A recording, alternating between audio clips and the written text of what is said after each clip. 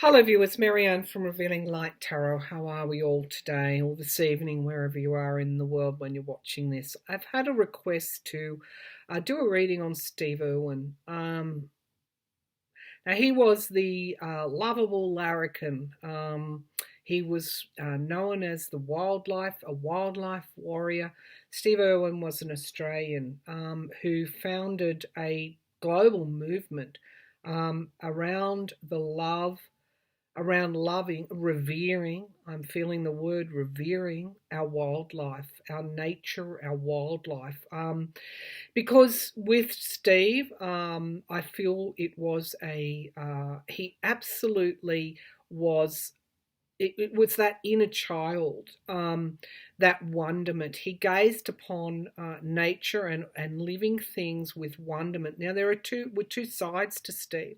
You can see that he has shown up here. He did when I opened up for the reading, and he's shown me a side of him where he is on top of a waterfall, and he would have been on it's like someone who would surf the rapids, literally, and would go very to the edge of the waterfall and suddenly realize that he'd lost his board, and he was able to reach out and grab that board back. So he was always reaching for access, the next access that he could take to take us into this world of nature, world of animals, world of wildlife that we wouldn't normally go to. So that was his thing. That's why you saw him with reptiles draped around. That's why you saw him engaging, rolling with crocodiles. And this was something that he experienced with his dad when he was very young, and he never lost the wonderment that he could see, touch, experience these animals that were perhaps previously off limits, but B, always reaching for the next, because it came easily to him. I feel that in his childhood, he wouldn't have thought twice. I mean, this was someone that was born with no fear. No fear. Is it correcting me? It's not no fear, because he did experience fear when he couldn't catch that and save that. It's almost like he took the risk, and there would be a moment where it was either going to go his way or it wasn't. Now, I remember seeing a clip of him dancing with a cobra, some kind of spitting snake, and so he actually did. I think he had eye protection on, and the snake spat at him the venom, and it sort of like kills you within 2 seconds, that kind of severity. And he had these goggles on, and he had that protection, and then he had to, of course, go and wipe it all off his skin. So this was someone that, well, I would say took risks to give us that access to the wildlife that we wouldn't normally get. So he was exploring his own need to go to places where others haven't gone. That daring, excitement, adrenaline rush. And if you've ever watched Steve Irwin, I should back up a little bit and tell you that he brought tremendous awareness. He's passed over now. He brought tremendous awareness of wildlife to us while he was on this earth, and that really chokes him up. That kind of makes him cry that he was able to do that. But he passed before what I would consider before his time. He was swimming with manta rays, and he got, I don't know whether he got too close to them. And one of them, they have a very long barb, stingrays, they have a very long barb at the end of their tail, and one flicked it toward him, and it pierced his heart. And of course, the venom virtually worked instantaneously, and he passed away in the ocean. This was a time when he reached too far, and obviously it was, probably an understatement to say he knew at the time, and I don't want to get too into the way he passed all those final moments, but I will say, because that's not my thing, but I will say he knew in a split second that he got too close. He wasn't able to. Remember that reaching over the waterfall for the surfboard or for the board. He knew that he wasn't going to be able to bring this back to salvages. He knew that his number was up in that split second. But it was quick. I feel. I don't feel he didn't. 1 minute he was swimming, and on this earth the next he wasn't. But he is showing me this. He's just doing this, and he is showing me just how overwhelmed with the emotional outpouring. He was an iconic Australian, and he was globally iconic as well. He was just overwhelmed. No words for what. Just tears for the outpouring of love over his passing. So he's now healed, or from, because that emotional pull, when people pass over, when celebrities pass over, it does keep them close to the earth for a time being. But he's done a lot of review and a lot of healing from an untimely passing. He left behind the loves of his life, a very young family, and it took him a long time to come to terms with the fact that he couldn't do anything about their grief. But he said he was always there, and they would have known too. Maybe they don't speak about that, but they would have known that he's always there. And he said he made himself known and present with whenever they smiled, whenever they laughed, whenever something unexpected happened that made them laugh. That was him being around. So wildlife, coming back to wildlife, because I don't want to intrude on anyone's grief either, or anyone's memories. Let's go back to the wildlife. I feel this raising the consciousness that animals don't necessarily all come in furry, fluffy, feel-good packages. But nevertheless, there's something that we can experience with all of them. Yeah, that's where he was at. Like, he was just like a rebel. And that's part of what endeared a whole generation to Steve Irwin, because he was this rebellious, not going to do things in the mainstream way.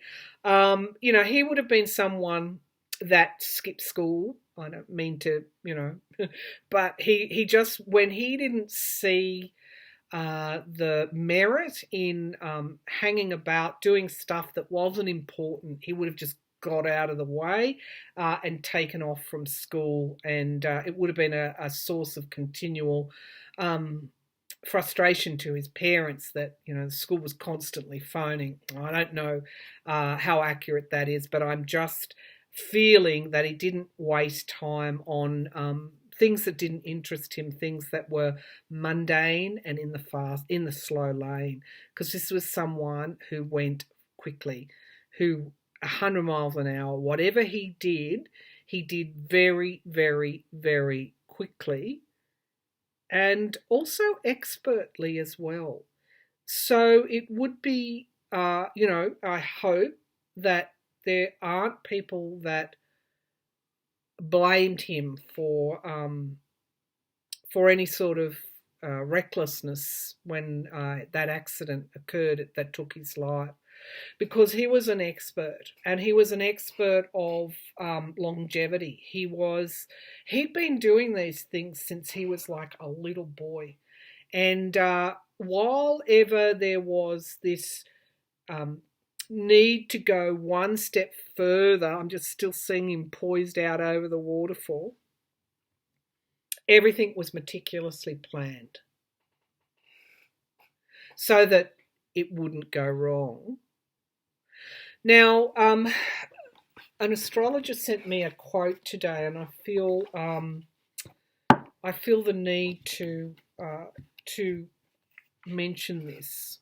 It's not my quote. The astrologist, it's part of his signature on his emails. And I caught my eye, and I think it's appropriate that I bring it up today. This is Alan Vara, the astrologist. Now, he says here, all courses of action, this is by Niccolo Machiavelli. Is this the Machiavelli? Boy, okay. Well, there's something for you to look up. It just dawned on me. This could be the Machiavelli. And we know who he is. And again, that's homework for you. All right, so all courses of action are risky. So prudence is not in avoiding danger, it's impossible, but calculating risk and acting decisively. Make mistakes of ambition, but not mistakes of sloth. Develop the strength to do bold things, not the strength to suffer. Now, this is something that I feel that Steve Irwin was trying to get through. He didn't waste time on suffering. He was, I don't know what his astrology is. I probably should have found out before I started this, but he was just happy. He did not waste a moment.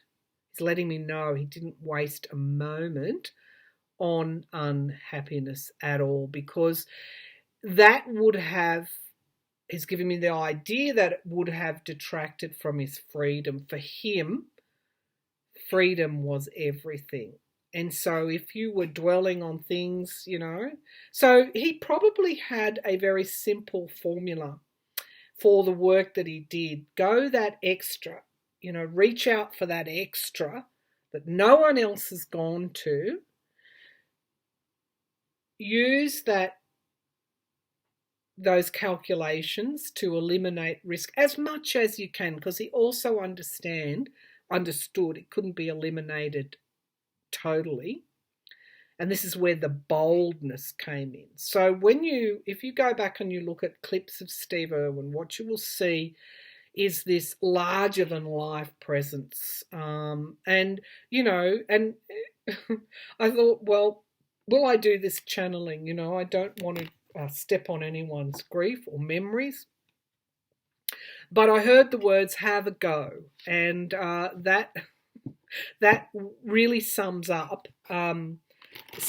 everything up with him. So he didn't. He wanted to be bold, and he did not believe in standing still, and he did not believe in suffering either.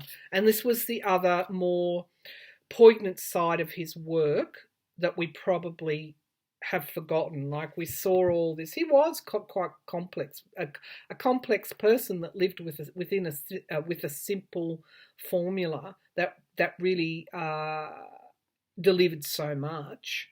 But the more poignant side of his work was around alleviating the suffering of our wildlife, preserving and alleviating their suffering.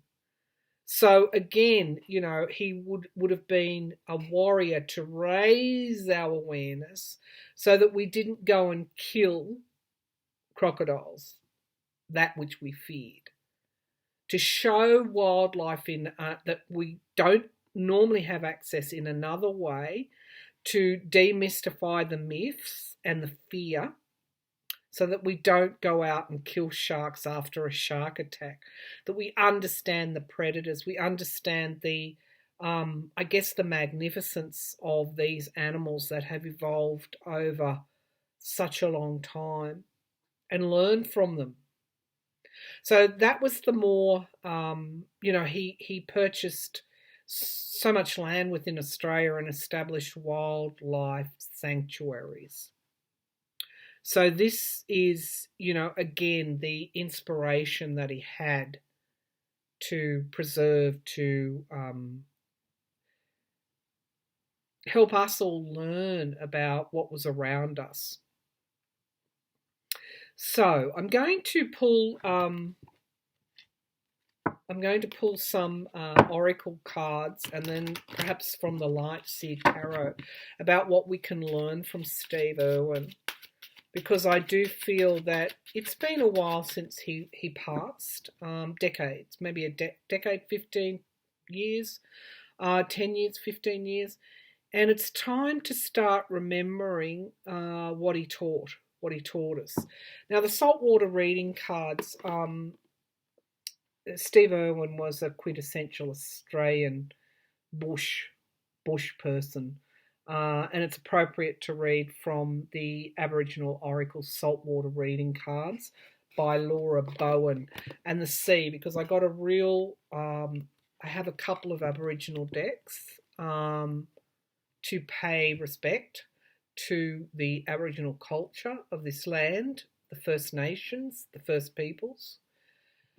But I was drawn to the water here, and I was drawn to, this fits in, if you haven't seen my Lionsgate portal, about the emotions, getting back in touch with the emotions. Steve Irwin did this. He was right there, in an instant, in touch with the way that he was feeling. And so part of his charm, part of his success was because he was so free emotionally. And so water is associated with emotions. So let's move to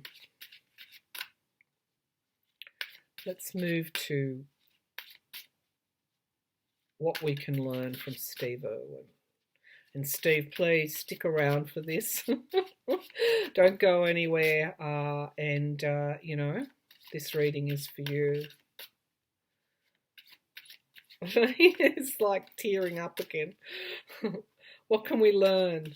What can we learn from Steve Irwin? There's like no randomness. Everything is connected.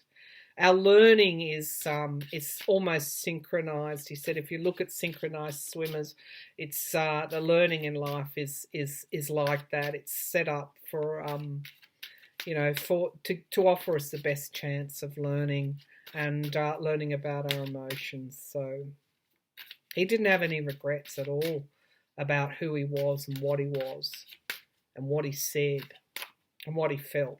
No regrets, no shame. Wasn't a person that lived with guilt and shame, except immediately after, but I won't get into that. Let's not go there, with his family, leaving his family behind. So what can we learn from Steve Irwin's life? What can we learn from you, Steve Irwin? What can we learn from Steve Irwin? He loved humanity. As much as he loved the animals, he loved people as well. And be joyful, dolphin spirit, be joyful. And that's exactly what he was. He was born happy. There were very few moments, very few times when he let himself sink into that despair. I mean, of course, he was normal, relationship issues, whatever. He would have had his karmic debt there as well during this lifetime, however that manifested. But he always put his best foot forward, and it had a work boot on it as well. So I'm just seeing that. So being joyful, absolutely be joyful. It's okay to be happy. It's more than okay. Investment. Invest in yourself. This is what he did. Oyster, investment. What do oysters do? Look at the pearls there. They produce them over time. And this is around investing in yourself, seeing the value in yourself. And then after that, it's not that hard, he says. Once you see the value in yourself and being joyful with it as well, everything else follows. And we've got cycles, the tides. Now I'm being drawn to the moon energies here as well. Cycles, the tides, the in and the out, the push and the pull, and rising above those to stay the course, to stay what sort of course? To stay the joyful course. So there's a real message here from him around emotions. What's at the back of the base of the pack? Turtle energy, instinct. Of course, these are turtles, of course, which know instinctively to head toward the water. So emotions and emotional investment should be second nature to you. Don't bury them. Don't drop into the despairing emotions. Look for the joy, because he's also saying it's kind of instinctive to have that joy. It's not instinctive, and this is where the head gets in the way. It's not instinctive to be despairing 24/7. It's more instinctive to be happy. So let yourself be happy. Let yourself be happy, and you'll heal. You'll heal what you need to heal. The reef, abundance, manifestation energy. Abundance, the reef. Beautiful colours in this card. And what follows abundance is gratitude, or what precedes, I should say.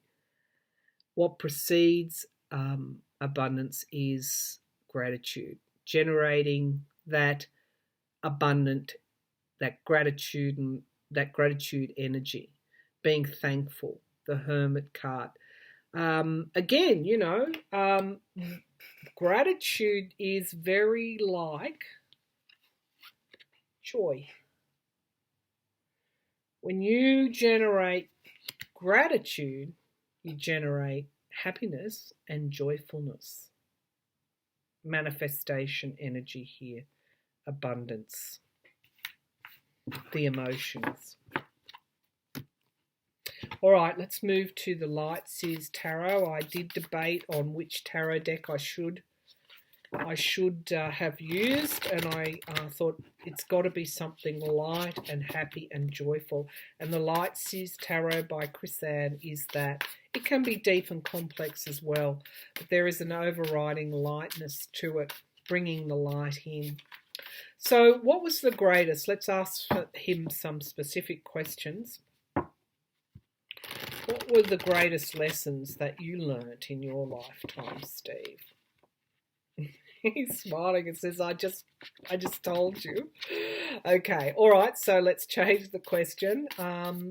You weren't a man of regrets. All right, so let's say innovation-wise, what could you have changed, or what could you have done better? You wouldn't have changed anything.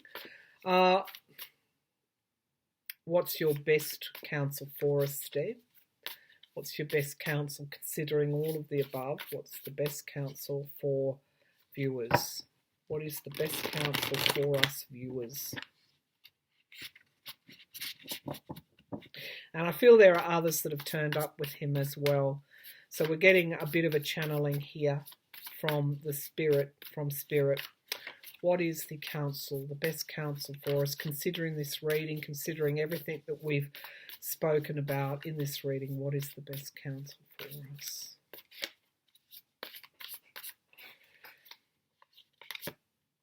Ten of Pentacles, legacies. How do you want to be remembered? Start living your life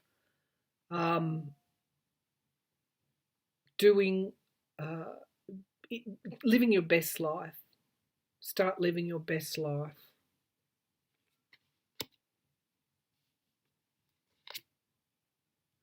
Don't restrict yourself. The Eight of Cups. Don't restrict yourself. These are the ties that bind you. They are only fears. They're only in your head. They're not in your heart. So again, it's getting back in touch with your heart, with your emotions, with the inspiration. You can't be inspired and fearful at the same time. I'll bring the laptop down so you can see the cards.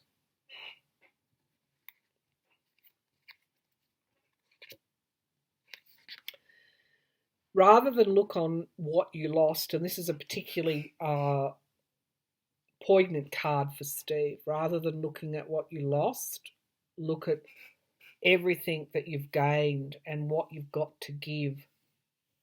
So it will change. It will change the color of your world once you do that. So not sitting again in these negative emotions, but generating joy. Generating joy. The Tower, I'm reminded of the way that he passed. But this also broke down. In his passing, we learned. We were able to learn, and that's why it's so important to keep that learning going. Not to do things in the same old way, to step out and use that innovation, to be bold, This is what I'm getting from this Tower card. Because that will break down restrictions. That will break down restrictions. When you're bold, that will break down these restrictions. Let's take a look at what's in the sky. Here's his surfboard.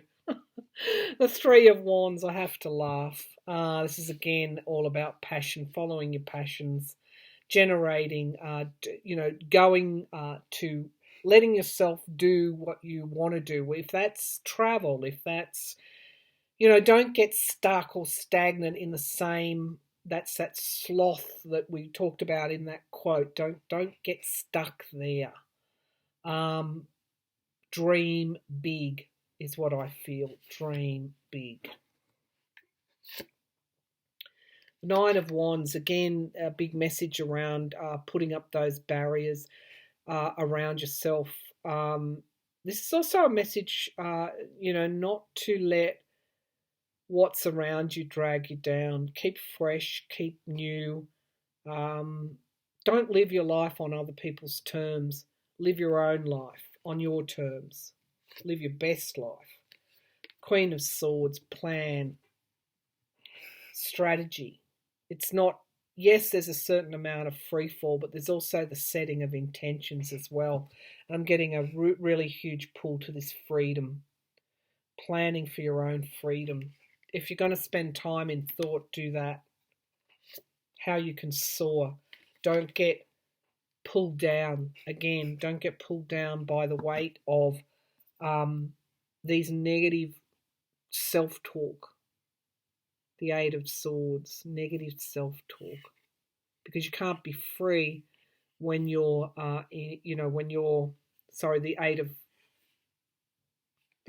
Five of Swords.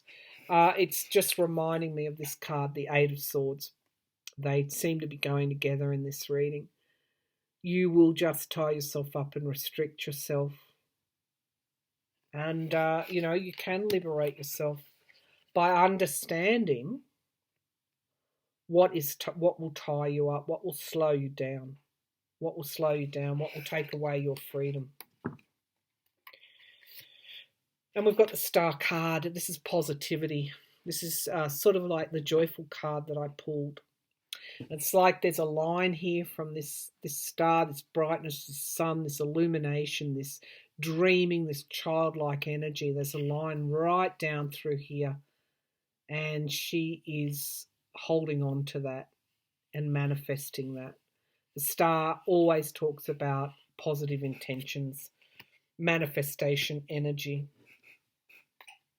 passion.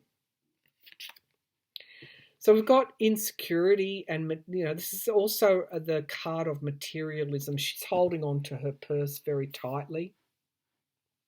Don't get caught in that game. It's not for you. She's sitting there, her eyes are closed, she's hanging on to a bag which has got pentacles on it. Here behind her is a land, a city that she's not even part of. So it's not the money that's important. It's not the money. It's how you use it, what you do with it. The Ten of Swords again. It will only bring you down. If your focus is continually on that, what you haven't got instead of what you've got, it will continue to bring you down. And the Four of Wands, moving into the inspiration and passion, connecting with the community, seeing dance, joy. So there's a big contrast here, and it's deliberate. It's deliberate. Don't get too tied up in that material world. It will hold you back. It will. You're not going to go anywhere while you're when you're in that energy. When you're sitting in that energy. But when you move to this inspiration and this generating the positive intention, sitting in the joy, sitting in the happiness, sitting in the celebration, that's when you start to travel. This is your potential future. So you've got two futures, he says. This is what this reading is all about. You can go this way,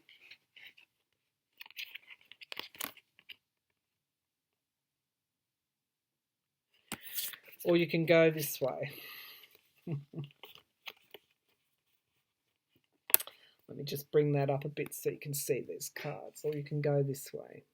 I should also put this in.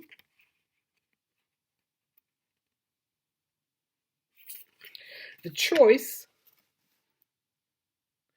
is always up to you. And it is a choice of freedom here. And we do have, what is the life that you want to lead? Now's the time. Now's the time. Start living or start dying, one of the two. Again, that's another saying that particularly resonates at the moment. Start living or start dying. The choice is yours, where you're going to put your focus. And at the base of the pack, we've got the Lovers. So this beautiful joy in the emotions, the Nine of Cups, and the Ace of Swords, transforming something, becoming joyful. There is a huge joy here. And I'm just going to show you one more card because it's never too late. It's never too late to change that energy. Death and rebirth. It's never too late. Endings and beginnings and manifesting, bringing, moving forward. The Eight of Wands. And finally, we have the King of Pentacles. So, stepping into that maturity, understanding everything that the earth, the world has got to give us. Choice is ours. We have the choice over how we're going to live our life, no matter what stage we're up to, what hand we've been dealt, so to speak, what experiences, what tower moments that we've had.